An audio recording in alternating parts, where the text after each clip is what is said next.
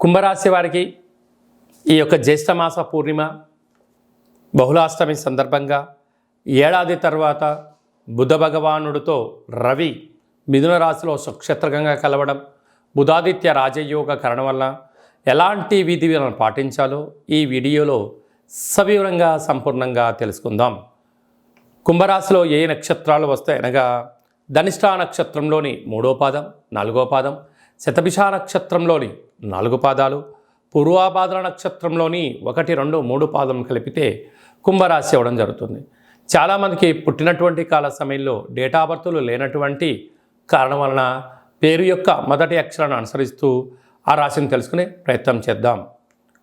గు, గే, గో, సా, సి, సు, సే, so, the అక్షరాల వారందుడు కుంభరాశి జాతకులే. కుంభరాశి యొక్క అధిపతి శని భగవానుడు. వీరికి ఏళ్ళనాటి శని మధ్యమ సంచార స్థితి జరుగుతున్న విషయం తెలిసినటువంటిదే.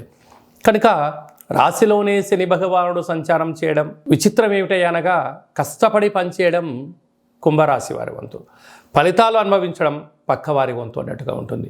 ఇటు అన్నదమ్ముళ్ళని, అక్కా చెల్లెలని, బంధువులు, మిత్రులు, స్నేహితులు, సన్నిహితులు అందరూ కూడా మీ మంచితనాన్ని ఆసరాగా తీసుకొని కొంత సమయాన్ని, ధనాన్ని వాడుకొని అది మీకు ఇవ్వకుండా మీకు 2 పంగనామాలు పెట్టేసేయడం, పోలీస్ స్టేషన్లని, గొడవలని, ఒత్తిడికి గురి చేయడం, మీ గురించి సమాజంలో మంచి కన్నా శత్రువులను అభివృద్ధి చేసే పనిగా కొందరు పనిచేసే పరిస్థితి ఉంటుంది.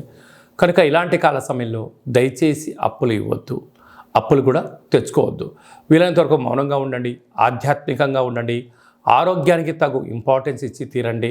అదే కాకుండా మీ జన్మ నక్షత్రం రోజున పూర్ణిమ అష్టమి తిథి యందున నీటితో, పంచభూతాలతో, యంత్రాలతో, ఆయుధాలతో చెలగాటం ఆడవద్దు. పై అధికారులతో, సహ ఉద్యోగస్తులతో, కింది స్థాయి ఉద్యోగస్తులతో అపహాస్యం పనికిరాదు. మెసేజ్లు కానీ, వాట్సాప్ కానీ, ఫేస్బుక్లో కానీ తెలియనటువంటి వాటి గురించి మీరు ఫార్వర్డ్ చేయొద్దు.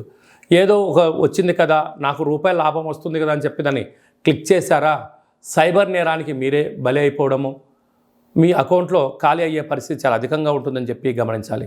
ధనస్థానంలో రాహు అనేక మంది శత్రులను అప్పులు ఇచ్చి పుచ్చుకునే విధానంలో ఇబ్బందులు ఉంటాయి. తృతీయంలో కుజ సంచార స్థితి ఉండడం వలన తల్లిదండ్రులు, స్థిరాస్తులు, చరాస్తుల్లో విజయం మీ సొంతం అవుతుంది. అర్ధాష్టమ గురువు కారణం వలన తొందరపాటు నిర్ణయాలు, కొత్త కార్యక్రమాలు ప్రారంభించకపోవడమే మంచిదని చెప్పి గమనించగలగాలి. సంతాన స్థానంలో ఏడాది తర్వాత రవి భగవానుడు బుధుడితో కలిసి అక్కడే శుక్రుడు కలిసి ఉండడం వలన నూతనంగా వివాహమైన దంపతులకు పుత్రిక సంతాన యోగము, సత్ప్రవర్తన, పిల్లల యొక్క చదువులు, పిల్లల యొక్క అభివృద్ధిలో విజయం మీ సొంతం కాబోతుంది. అదే కాకుండా అష్టమంలో కేతు ఉండడం వలన చిన్న విషయాలకు ఆందోళన తగదు. వీలైనంత వరకు ప్రతి విషయాన్ని క్షుణ్ణంగా చదవండి, వినండి, అర్థం చేసుకోండి. తొందరగా పాటుపడి నిర్ణయం తీసుకోవడం, అనడమొద్దు అనిపించుకోవడం వద్దు అన్న పరిస్థితి ఉంటుంది. హోటల్ వ్యాపారాలు, మైనింగ్లు, వ్యవసాయ సోదరిమణులు, సాఫ్ట్వేర్, హార్డ్వేర్ ఉద్యోగస్తులు, ప్రభుత్వ ఉద్యోగస్తులకు ఇది చాలా మంచి కాలము అని చెప్పి గమనించాలి.